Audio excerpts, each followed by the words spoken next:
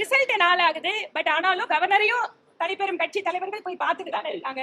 Governor கூட தெளிவா அவரோட தகவலை சொல்லியிருக்காரு. அவங்க லெட்டர் கொடுத்ததுல என்ன இருக்கு விஷயம் இருக்கு, அதுல மாற்றம் என்ன. ஏனென்றால் கவர்னர் அரசியலமைப்பு சட்டத்தை படி செயல்படக்கூடியவர்.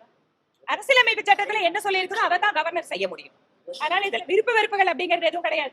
எல்லாமே பிளாக் அண்ட் ஒயிட். சட்டம் என்ன சொல்லுதோ, என்ன அதிகாரம் இருக்கோ அதை வந்து ஃபாலோ பண்ணணும். காங்கிரஸ் கட்சி வந்து அவங்க அதாவது காங்கிரஸ் கட்சிக்கு தமிழ்நாட்டுல வந்து வாழ்வு கொடுத்திருக்கிறதுனா அது வந்து திராவிட முன்னேற்ற கழகம் தான்.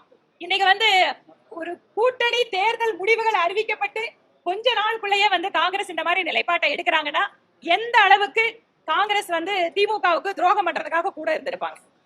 அது வந்து நாம காங்கிரஸோட நிலைப்பாட்டை பாக்குறோம். அவர்கள் வந்து இன்னைக்கு ஒரு டெஸ்பரேட்டா இருக்காங்க. தங்களுக்கு வந்து அதிகாரம் எங்க கிடைக்கும், பதவி சுகம் எங்க கிடைக்கும், அந்த மாதிரி விஷயங்களுக்காக காங்கிரஸ் இன்னைக்கு செயல்பட்டு இருக்காங்க. அடுத்த என்ன முடிவு எடுத்தாங்க தெரிஞ்சாதாங்க நான் பதில் சொல்ல முடியும். நீங்களே வந்து அப்படி இருக்குமா இப்படி இருக்குமா, நான் உங்களோட கற்பனைக்கு யூகத்துக்கெல்லாம் பதில் சொல்ல முடியாது.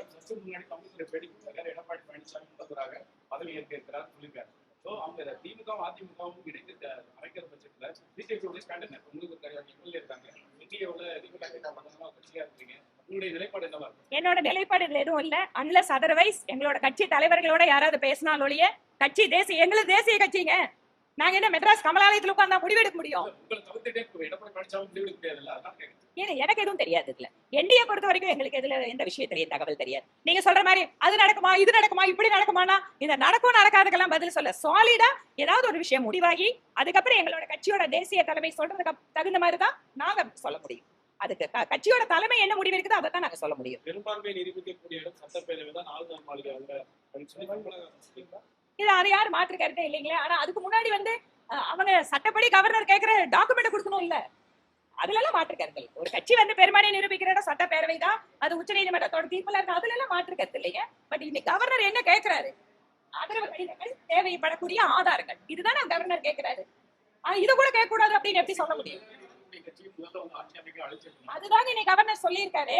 இன்னைக்கு மரியாதை கூட கவர்னரோட அலுவலகத்துல இருந்து என்ன பதில் வருது, நீங்க தாங்க லெட்டர் கொடுத்தீங்க இல்லையா? லெட்டர் கொடுத்தது அவங்க தானே, அப்ப அவங்க தானே அதுக்கு ஆதாரத்தை கொடுக்கணும்.